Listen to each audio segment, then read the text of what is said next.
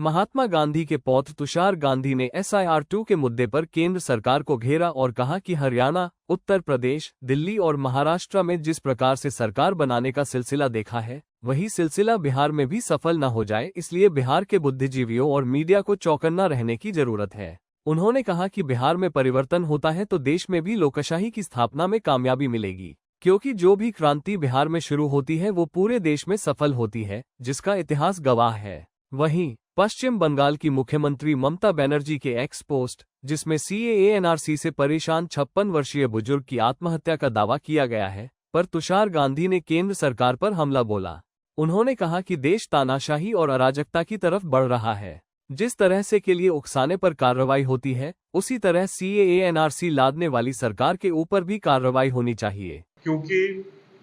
उनकी कर्नाटक की कॉन्स्टिट्यूएंसी में अलंग में वोट चोरी का मामला पता चला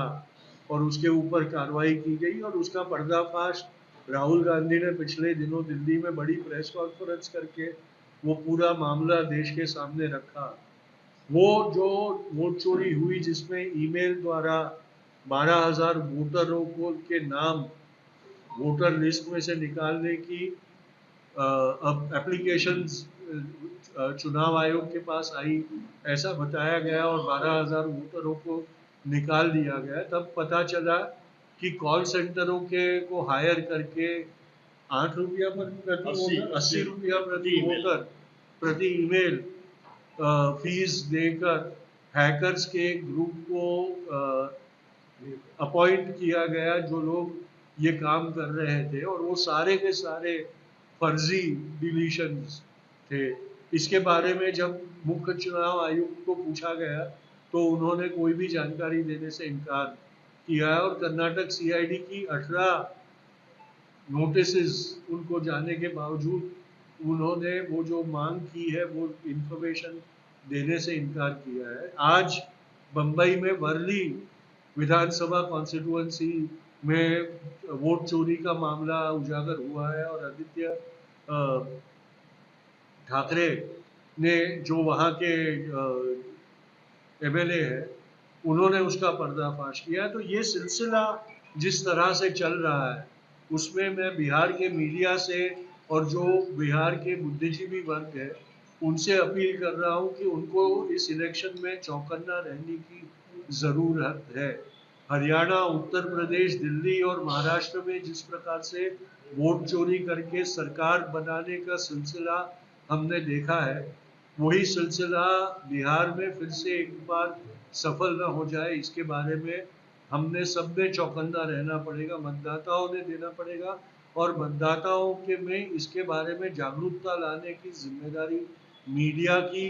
और बिहार के बुद्धिजीवियों की रहेगी। ये सारी बातें अब हमारे लिए ये जरूरी हो जाता है कि दिल्ली की सरकार को भी ये चेतावनी जाए कि वो अपनी मनमानी नहीं कर सकेगी और बिहार में अगर परिवर्तन होता है तो ये परिवर्तन देश में भी परिवर्तन की और इस लोकशाही को ले जाने में कामयाब होगा, क्योंकि जो भी क्रांति बिहार में शुरू होती है वो सफल होती है और उसका देशव्यापी असर होता है। वो स्वतंत्रता पूर्व चंपारण का सत्याग्रह हो या स्वतंत्रता बाद JP की संपूर्ण क्रांति हो, बिहार में शुरू हुई तो देश भर में सफलता। हुकुमशाही की तरफ एक अराजक परिस्थिति की तरफ हम बढ़ रहे हैं। अभी अभी यहाँ आ रहे थे तब को सुनीलम जी ने मुझे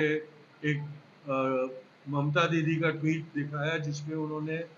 बंगाल में एक 56 वर्षीय व्यक्ति ने जो CAA NRC से परेशान होकर जिन्होंने आत्महत्या की और आत्महत्या की जो नोट लिखी उसमें उन्होंने CAA NRC के कारण जो उनको मानसिक त्रास पहुंचाया गया उसको दर्शाया। वो बात करना चाहता हूं क्योंकि SIR CAA NRC की कड़ी में एक और कदम इस सरकार का है कि जिस तरह CAA NRC में उन्होंने नागरिकत्व के ऊपर प्रश्न चिन्ह उठा लिया, उसी तरह SIR को लागू करके उसका अंजाम फिर से एक बार नागरिकत्व से लोगों को मोहताज करने की एक साजिश ही है और उसका परिणाम इस तरह से भयंकर तरीके से आ रहा है। तो ये मांग होनी चाहिए कि जिस तरह किसी की आत्महत्या में अगर किसी को कारण बताया जाता है तो उसके ऊपर कानूनन कार्रवाई होती है, उनको सजा होती है। उसी तरह सीएए एनआरसी लादने वाली सरकार के ऊपर भी कार्रवाई होना बहुत जरूरी है।